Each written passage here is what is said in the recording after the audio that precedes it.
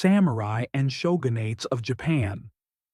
Japan, an island nation on the edge of East Asia, lived in isolation from the continent for a long time. Over the centuries, a unique culture developed here, intertwining local traditions, Buddhism borrowed from China, and its own ideas about honor and duty. It was here that the samurai emerged, warriors who became a symbol of the country and its history. The birth of the samurai. The first steps towards the emergence of the samurai date back to the 8th to 9th centuries. At that time, Japan was officially ruled by the imperial court in Kyoto, but the country was fragmented. In the provinces, the power of local landowners, the daimyo, was growing. The emperor and his officials could not control all the lands directly, so they entrusted the protection of the territories to armed detachments. These detachments became the prototype of the samurai class. The word samurai comes from the verb to serve. Initially, they were servants of noble lords, armed and trained in military affairs. But gradually their role changed. They became not just servants, but professional warriors bound to their lord by ties of loyalty. The First Wars and Formation. In the 9th and 10th centuries, Japan faced internal rebellions and wars with the Ainu in the north. Here, the samurai demonstrated their skills. They fought on horseback, wielding longbows called yumi and swords. Their tactics were based on personal valor. A warrior would challenge an opponent to a duel, announce his name and clan, and then engage in combat. Gradually, a special code of conduct emerged, the precursor to Bushido. A samurai had to be brave, loyal to his lord, and ready to die with honor. Death was not considered a defeat, but proof of loyalty. The rise of the clans. By the 11th to 12th centuries, a struggle between powerful families had begun in Japan. Two clans stood out in particular, the Taira and the Minamoto. They competed for control of the court and the provinces. In 1180 to 1185, the Genpei War broke out, one of the most important conflicts of the Japanese Middle Ages. These battles marked the first appearance of the samurai. Knights on horseback, clad in heavy armor, armed with bows and swords, fighting for glory and their clan. The war ended with the victory of the Minamoto clan. Its leader, Minamoto no Yoritomo, received the title of shogun, or commander-in-chief, in 1192. Thus, a new form of government emerged, the shogunate. Formally, the emperor remained the head of state, but real power passed to the military rulers. Kamakura Shogunate. The city of Kamakura became the capital. Here, the samurai became the backbone of power. Society became militarized. Land was distributed to warriors for their service, and lords and vassals were bound by a personal oath. Loyalty became the main principle. It was during this period that the tradition of harakiri, ritual suicide to preserve honor, took shape. If a samurai lost face, violated his duty, or was taken prisoner, he had to cut open his stomach, showing that even in death he remained faithful to the code. Mongol invasions. The 13th century was a time of trial. The Mongols, who had created the largest empire in history, turned their attention to Japan. In 1274 and 1281, they attempted to invade the islands. Their armies consisted of tens of thousands of warriors, including Chinese and Koreans. The samurai encountered different tactics for the first time. The mass use of cavalry, siege engines, and incendiary arrows. But the Japanese held their ground. One-on-one duels gave way to wall-to-wall battles. Nature played a decisive role. During the second invasion, A typhoon destroyed the Mongol fleet. The Japanese called it kamikaze, divine wind. This strengthened the samurai's belief in Japan's special destiny, crisis, and new wars. Repelling the Mongols brought glory, but also disaster. The Kamakura shogunate went bankrupt, paying rewards to its soldiers, and was unable to satisfy everyone. Unrest began. In the 14th century, Kamakura's power collapsed, and the country plunged into civil strife. The emperors tried to regain power, but real power remained forever in the hands of the military. The Sengoku period, the country in turmoil. The 15th and 16th centuries in Japanese history are known as the Sengoku period, a time of endless wars between provinces. The central authority of the shogunate weakened, and local daimyo became independent rulers. Each of them had their own army of samurai, their own castles, and their own ambitions. Japan turned into a mosaic of warring principalities. Tens of thousands of warriors clashed on the battlefields. Castles were built on hills and mountains, and life bustled around them. Samurai honed their skills in wielding the katana, a curved sword that became the symbol of their class. This era became an arena where the strongest commanders rose and fell. Among them were three figures, whom the Japanese call the unifiers of the country. Oda Nobunaga, the destroyer of the old world. In the middle of the 16th century, Oda Nobunaga, a daimyo from the province of Owari, entered the scene. He was known for his cruelty and determination. Nobunaga was the first to realize that new methods were needed to win. At that time, Europeans, the Portuguese and Spanish, had arrived in Japan. They brought with them firearms, arquebuses. The samurai, accustomed to bows and swords, initially despised firearms, but Nobunaga saw their future potential. He trained his warriors to use arquebuses and volleys, alternating fire, and defeated his enemies at the Battle of Nagashino, 1575. This was a revolution in Japanese military affairs. Nobunaga was not only a warrior but also a reformer. He undermined the power of Buddhist monasteries, destroyed old foundations, and encouraged trade. His rule was cruel, but it laid the foundation for the unification of the country. In 1582, Nobunaga was killed by his own general, but his work was continued by others. Toyotomi Hideyoshi, a peasant who became a ruler. After Nobunaga's death, power was seized by his associate, Toyotomi Hideyoshi.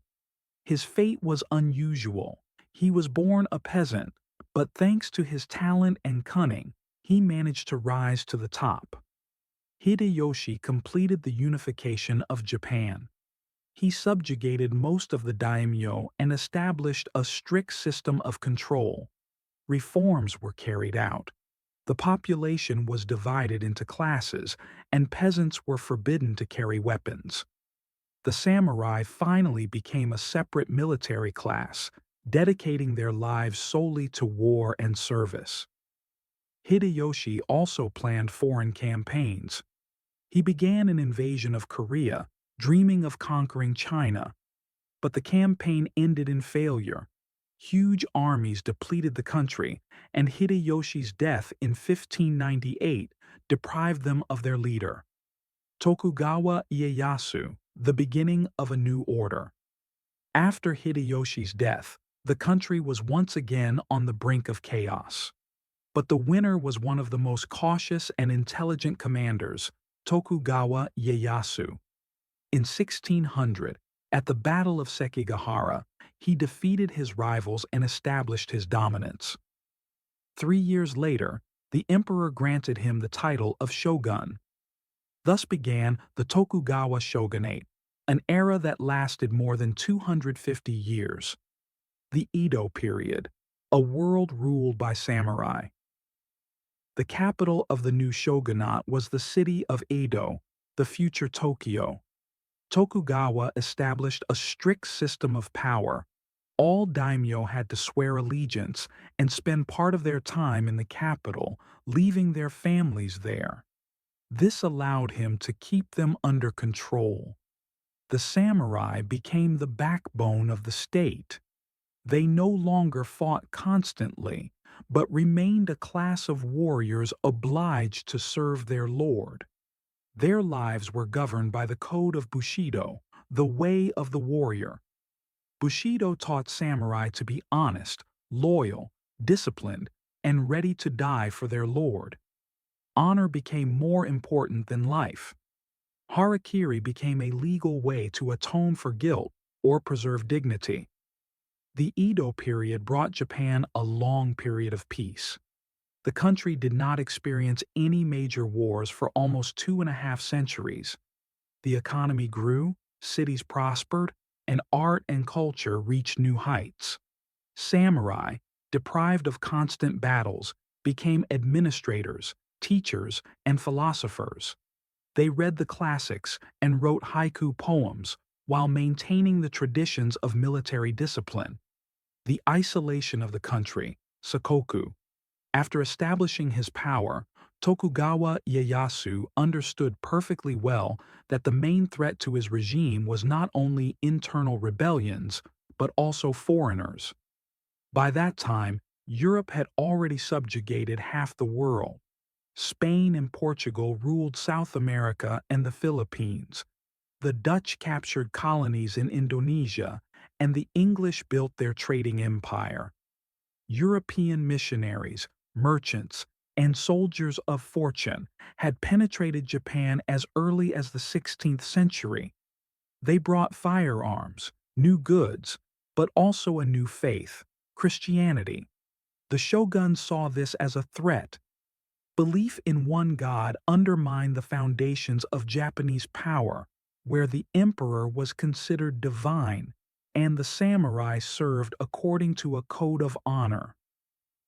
At the beginning of the 17th century, Christianity was banned in Japan. Missionaries were executed, and Japanese people who had converted to the new faith were tortured and forced to renounce it. By the middle of the 17th century, the shogunate took decisive measures. The Sakoku regime, or closed country, was introduced. For 2.5 centuries, Japan cut itself off almost completely from the outside world. Only one port, Nagasaki, remained open for limited trade. The Dutch and Chinese could bring goods there, but under strict control.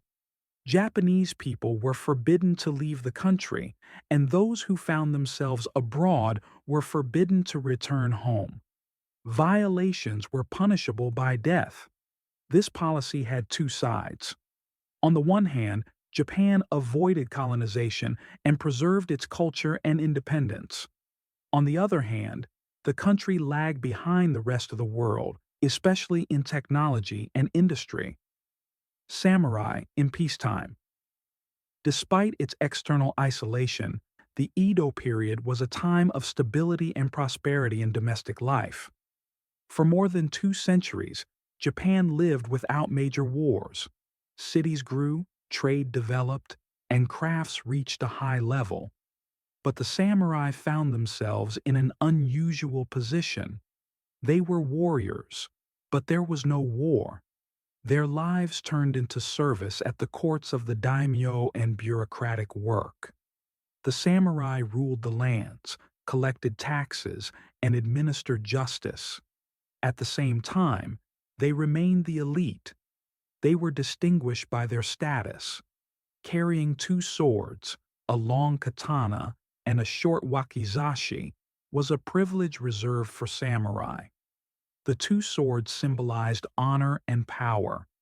A peasant or merchant who dared to carry weapons could be killed immediately. However, over time, this glamour became deceptive. Japan's economy became increasingly dependent on merchants and traders. Samurai, who were not involved in farming and were prohibited from trading, often became poor. Many of them lived on modest rations, unable to support their families. This gave rise to a special social group, the Ronin, or masterless samurai. Their masters could be deprived of their lands, die, or lose power, and then the samurai would be left without a master and therefore without status. The Ronin wandered looking for work, becoming mercenaries or even bandits. The most famous story associated with the Ronin is the legend of the 47 loyal vassals. In the early 18th century, their lord was forced to commit harakiri after a conflict at court. His samurai became Ronin. For 2 years they waited for revenge, hiding their intentions, and then suddenly attacked their offender and killed him. After that, they voluntarily appeared before the authorities and committed ritual suicide. This story has become a classic of Japanese culture, the embodiment of Bushido, loyalty and honor, even after the death of their master. The Bushido Code. During the Tokugawa period, the samurai code took its final form. It was called Bushido, the way of the warrior. It was not just a set of rules, but a whole philosophy. Bushido taught, loyalty to one's master is above all else. A samurai lives to serve. If his master demands death, a samurai dies without hesitation. Honor is more precious than life. Those who lose their honor must restore it, even at the cost of their own blood. Death is better than dishonor. In any situation, a samurai must be prepared to die. Restraint and discipline. A samurai must control himself and not give in to weakness. Education and culture. A true warrior must be able to read, write, and study the classics and poetry. Philosophers of the era, such as Yamamoto Tsunetomo, author of the book Hagakure, emphasized, the way of the samurai is death. This is not a call for suicide, but a reminder. A samurai must be ready to meet his end at any moment without hesitation while fulfilling his duty. Culture of the Edo period. The peaceful period led to a flourishing of culture. Kabuki theater with its colorful productions thrived in the cities. The art of ukiyo-e engraving appeared, depicting scenes from everyday life, landscapes, actors, and courtesans. Poets wrote haiku, short three-line poems that captured a moment in nature or human emotion. The most famous was Matsuo Basho, who in the 17th century created immortal lines about the beauty of simplicity. Samurai, even those immersed in service, participated in this cultural flourishing. Many wrote poetry, practiced calligraphy, and studied the tea ceremony. Their lives combined the sword and the brush. The first cracks. However, peaceful grandeur had a downside. By the 18th century, Japan began to face internal crises. The population was growing, but there was not enough land. Harvest depended on the climate, and in years of poor harvests, famine and riots began. The samurai, who lived on fixed incomes from their lords, were becoming poorer. Merchants, although formally considered a lower class, were getting rich through trade. An imbalance arose in society. Warriors lost influence, while merchants gained hidden power. Black ships. In the mid-19th century, the world, closed to the Japanese for more than 2 centuries, suddenly burst onto their shores. In the summer of 1853, a squadron of American warships under the command of Commodore Matthew Perry entered Edo Bay. They were called black ships because of the thick smoke from their steam engines and their black hulls. The Japanese, accustomed to sailing ships, saw the power of industrial technology for the first time. Perry issued an ultimatum: open the country to trade with the United States. The guns of his ships were aimed at the capital, and the Tokugawa shogunate had no power to resist. A year later, a treaty was signed opening Japanese ports to foreigners. The Americans were followed by the British, French, and Russians. Japan, which had lived in isolation for centuries, suddenly found itself under pressure from the whole world. The fall of the shogunate. The opening of the country turned into a crisis. Trade and the economy changed, prices rose, and discontent swept through society. The samurai, who had been accustomed to being the elite for centuries, saw their helplessness in the face of foreign cannons. A movement called Sono Joy, Revere the Emperor, Expel the Barbarians, arose in society. Young samurai from the provinces demanded the overthrow of the shogunate and the return of real power to the emperor in Kyoto. In the 1860s, civil war broke out. On one side were the supporters of Tokugawa, and on the other were the provinces of Satsuma and Choshu, which supported Emperor Mutsuhito. The samurai fought each other, but increasingly, battles were decided not by swords and arrows, but by rifles and cannons supplied by the West. In 1868, the shogunate fell. The Meiji Restoration began, an era when Japan rapidly modernized, adopting European technologies and institutions. The end of the samurai era. For the samurai, this was a tragedy. The new government abolished class privileges. Carrying swords in the city was banned. Samurai salaries were no longer paid. Warriors, who for centuries had been considered the bulwark of the country, lost their status and their jobs. Many tried to adapt, becoming civil servants, teachers, entrepreneurs. Others could not come to terms with it. In 1877, the Satsuma Rebellion broke out, led by Saigo Takamori, who was called the Last Samurai. Tens of thousands of former warriors took up swords and rifles to restore the old order. But government troops, armed with modern weapons, crushed the rebels. Saigo died, and with him died the last hope for a return to the former glory of the samurai. The legacy of Bushido. Although the samurai disappeared as a class, their spirit remained in Japanese culture. The code of Bushido continued to live on in philosophy, literature, and education. In the 20th century, the ideas of honor and loyalty were even used in the army and politics. Today, samurai have become a symbol of Japan. Their images, in armor, with katana swords, with bravery and loyalty, inspire films, books, and art. But behind this symbol lies a real history, centuries of struggle, blood, honor, and the tragic end of a class that could not withstand change. The history of the samurai is a story of how warriors can become the soul of a nation and then disappear when the world changes. They went from being guardians of the land to rulers of the country, from battles with the Mongols to battles with steamships. Their world was harsh but majestic, and its memory has survived the centuries. And when we look at the old castles in Osaka or Himeji today, at the katana swords in museums, we see more than just weapons and stones.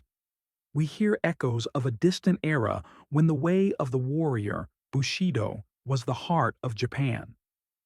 By the middle of the 19th century, Japan was already on the verge of great change.